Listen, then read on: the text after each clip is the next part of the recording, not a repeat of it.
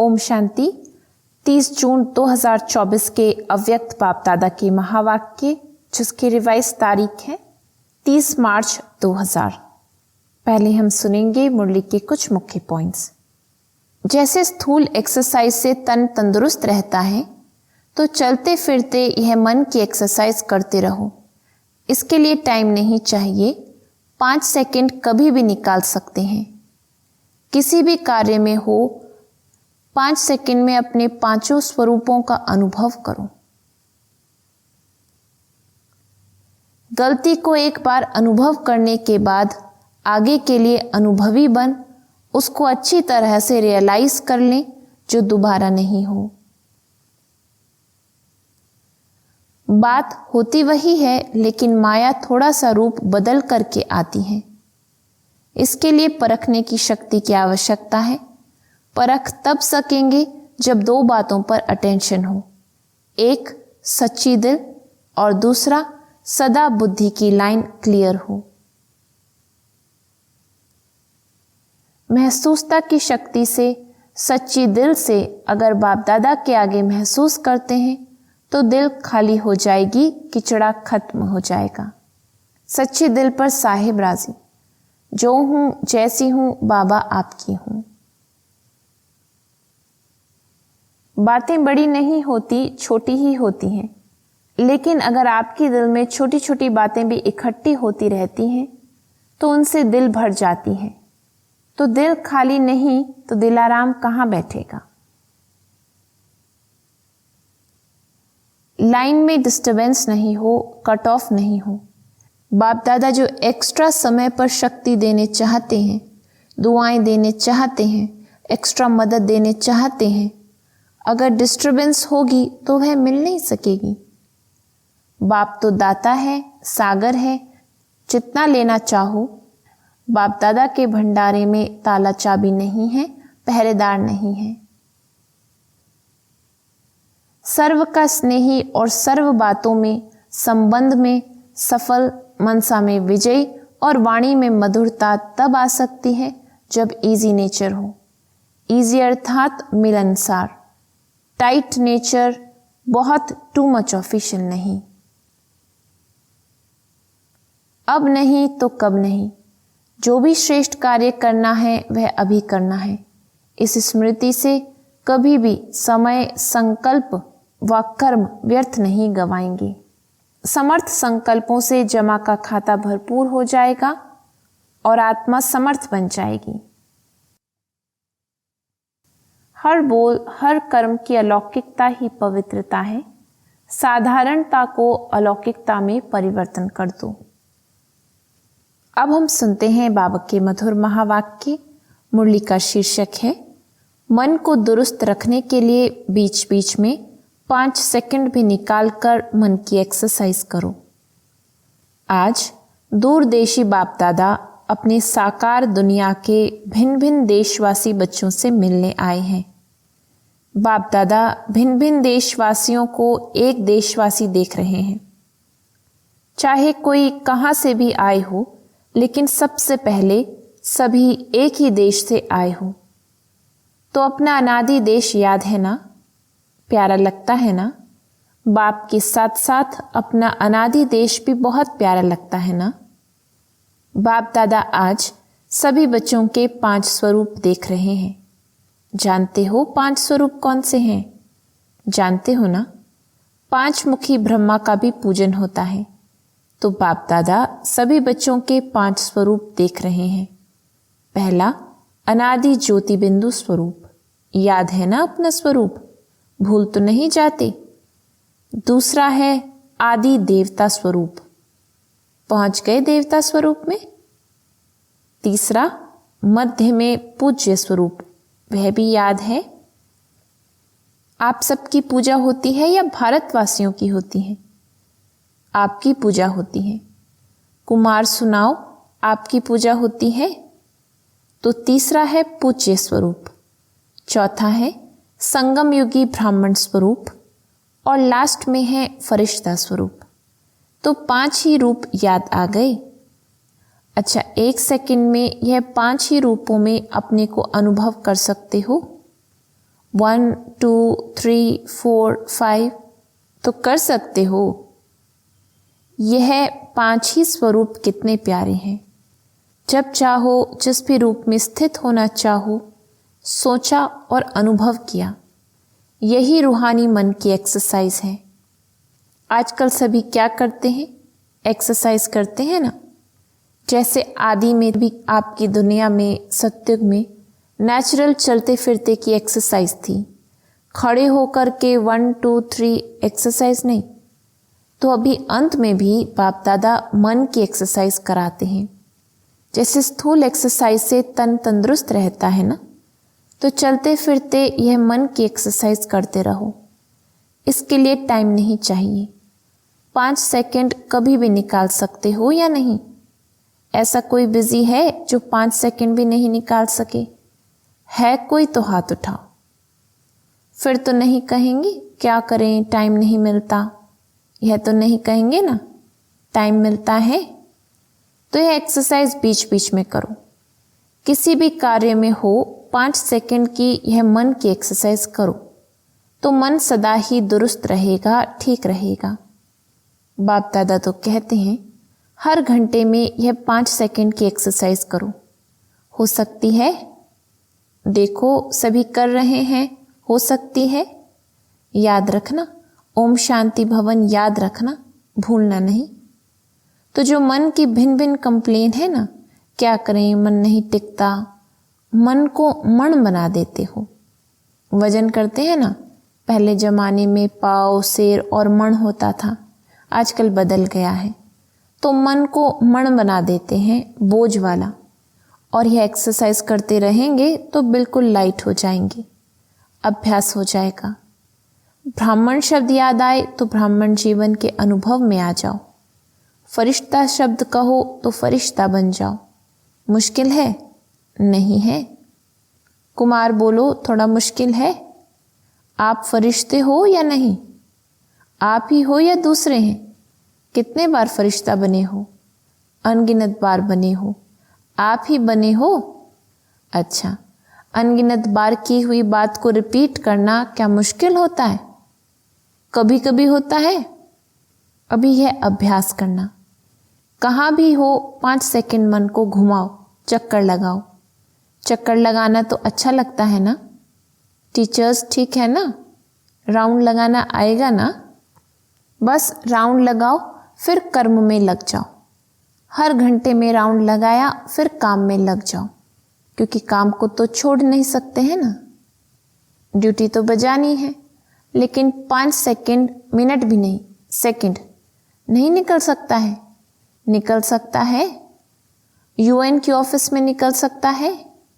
Master सर्वशक्तिवान हो तो मास्टर सर्वशक्तिवान क्या नहीं कर सकता। बाप दादा को एक बात पर बच्चों को देख करके मीठी मीठी हंसी आती है। किस बात पर?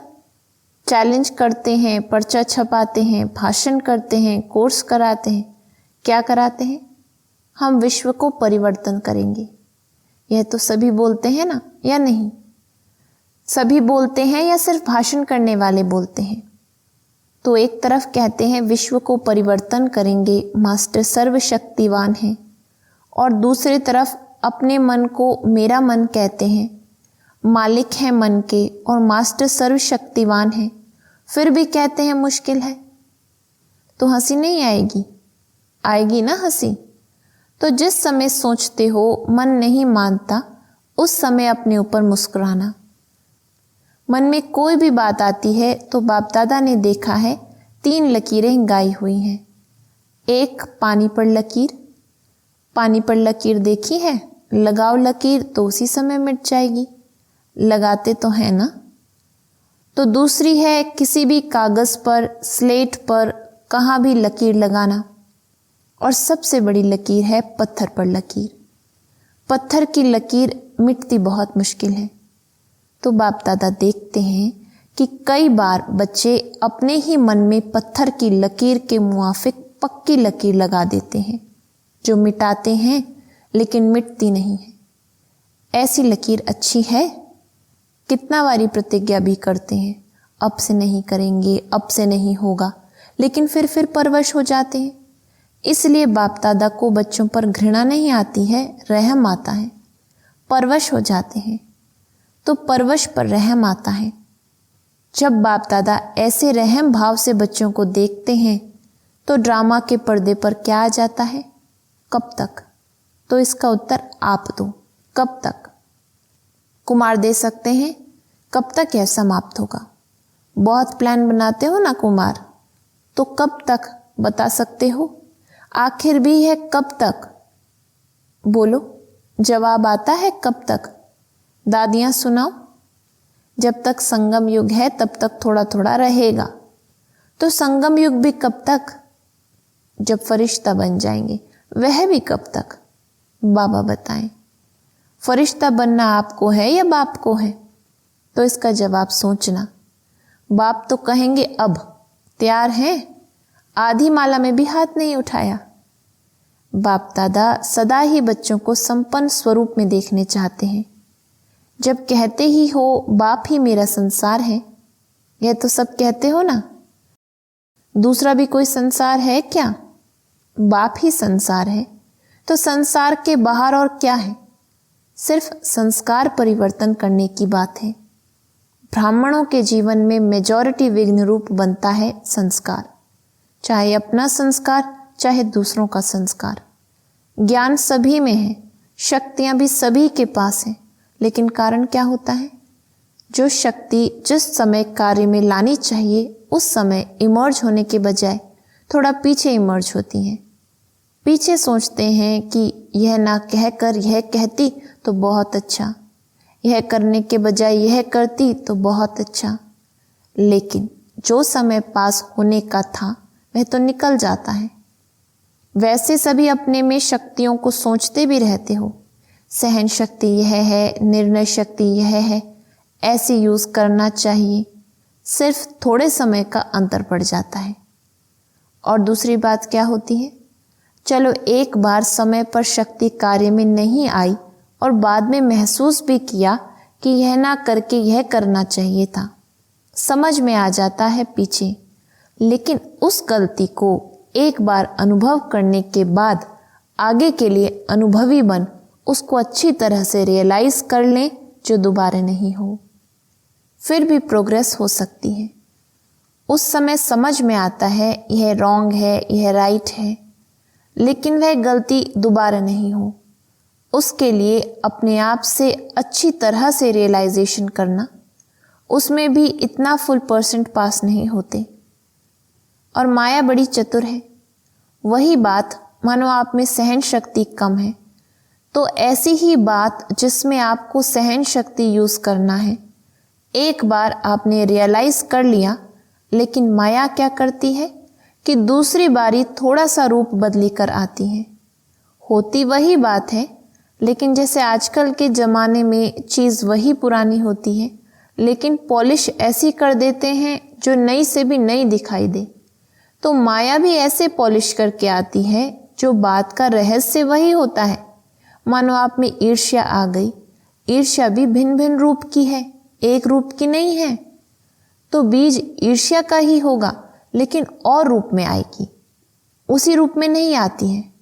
तो कई बार सोचते हैं कि यह बात पहले वाली तो वह थी ना, यह तो बात ही दूसरी हुई ना, लेकिन बीज वही होता है, सिर्फ रूप परिवर्तित होता है। उसके लिए कौन सी शक्ति चाहिए? परखने की शक्ति। इसके लिए बाप दादा ने पहले भी कहा है कि 2 बातों का टेंशन रखो। एक, सच्ची दिल, सच्चाई अंदर नहीं रखो। अंदर रखने से गैस का गुब्बारा भर जाता है और आखिर क्या होगा? फटेगा ना। तो सच्ची दिल।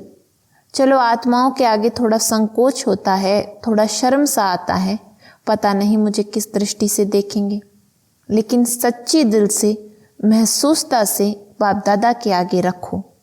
ऐसे नहीं मैंने बाप दादा को कह दिया यह गलती हो गई, जैसे ऑर्डर चलाते हैं, हाँ मेरे से यह गलती हो गई, ऐसे नहीं। महसूसता की शक्ति से, सच्ची दिल से, सिर्फ दिमाग से नहीं लेकिन दिल से अगर बाप दादा के आगे महसूस करते हैं तो दिल खाली हो जाएगी, किचड़ा खत्म। बातें बड़ी नहीं होती हैं, छोटी ही होती है, लेकिन अगर आपके दिल में छोटी छोटी बातें भी इकट्ठी होती रहती हैं तो उनसे दिल भर जाती है। खाली तो नहीं रहती है ना। तो दिल खाली नहीं है तो दिलाराम कहाँ बैठेगा? बैठने की जगह तो हो ना। तो सच्ची दिल पर साहिब राजी, जो हूँ जैसी हूँ, जो हूँ जैसा हूँ, बाबा आपका हूँ। बाप दादा तो जानते ही हैं कि नंबरवार तो होने ही हैं, इसलिए बाप दादा उस नज़र से आपको नहीं देखेगा। लेकिन सच्ची दिल, और दूसरा कहा था सदा बुद्धि की लाइन क्लियर हो, लाइन में डिस्टरबेंस नहीं हो, कट ऑफ नहीं हो। बाप दादा जो एक्स्ट्रा समय पर शक्ति देने चाहते हैं, दुआएं देने चाहते हैं, एक्स्ट्रा मदद देने चाहते हैं, अगर डिस्टरबेंस होगी तो वह मिल नहीं सकेगी। लाइन क्लियर ही नहीं है, क्लीन नहीं है, कट ऑफ है, तो यह जो प्राप्ति होनी चाहिए वह नहीं होती। कई बच्चे कहते नहीं हैं तो सोचते हैं कोई कोई आत्मा को बहुत सहयोग मिलता, ब्राह्मणों का भी मिलता, बड़ों का भी मिलता, बाप दादा का भी मिलता, हमको कम मिलता है। कारण क्या? बाप तो दाता है, सागर है, जितना जो लेने चाहे बाप दादा के भंडारे में ताला चाबी नहीं है, पहरेदार नहीं है। बाबा कहा जी हाजिर, बाबा कहा लो। दाता है ना, दाता भी है और सागर भी है, तो क्या कमी होगी? इन्हीं दो बातों की कमी होती है। एक सच्ची दिल, साफ दिल हो, चतुराई नहीं करो। चतुराई बहुत करते हैं, भिन्न भिन्न प्रकार की चतुराई करते हैं। तो साफ दिल, सच्ची दिल, और दूसरा बुद्धि की लाइन सदा चेक करो, क्लियर है और क्लीन है। आजकल के साइंस के साधनों में भी देखते हो ना, थोड़ी भी डिस्टरबेंस क्लियर नहीं करने देती, तो यह ज़रूर करो। और विशेष बात, इस सीज़न का लास्ट टर्न है ना, इसीलिए बता रहे हैं।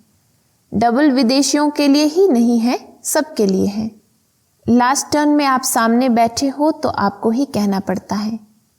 बाप दादा ने देखा है कि एक संस्कार या नेचर कहो, नेचर तो हर एक की अपनी अपनी है, लेकिन सर्व का स्नेही और सर्व बातों में, संबंध में सफल, मनसा में विजयी और वाणी में मधुरता तब आ सकती है जब इजी नेचर हो। अलबेली नेचर नहीं, अलबेलापन अलग चीज़ है। इजी नेचर उसको कहा जाता है जैसा समय, जैसा व्यक्ति, जैसा सरकमस्टेंस उसको परखते हुए अपने को इजी कर देवे। इजी अर्थात मिलनसार। टाइट नेचर, बहुत टू मच ऑफिशियल नहीं। ऑफिशियल रहना अच्छा है लेकिन टू मच नहीं। और समय पर जब समय ऐसा है, उस समय अगर कोई ऑफिशियल बन जाता है तो वह गुण के बजाय उनकी विशेषता उस समय नहीं लगती। अपने को मोल्ड कर सके, मिलनसार हो सके, छोटा हो बड़ा हो, बड़े से बड़ेपन में चल सके, छोटे से छोटेपन में चल सके, साथियों में साथी बन के चल सके, बड़ों से रिगार्ड से चल सके, इजी मोल्ड कर सके। शरीर भी इजी रखते हैं ना, तो जहाँ भी चाहे मुड़ जाते हैं, और टाइट होगा तो मुड़ नहीं सकेगा। अलबेला भी नहीं, इजी है तो जहाँ चाहे इजी हो जाए, अलबेला हो जाए नहीं। बाप दादा ने कहा ना इजी हो जाओ तो इजी हो गए, ऐसे नहीं करना। इजी नेचर अर्थात जैसा समय वैसा अपना स्वरूप बना सके। अच्छा, डबल विदेशियों को अच्छा चांस मिला है। सभी को ड्रिल याद है या भूल गई? अभी अभी सभी ये ड्रिल करो, लगाओ चक्कर।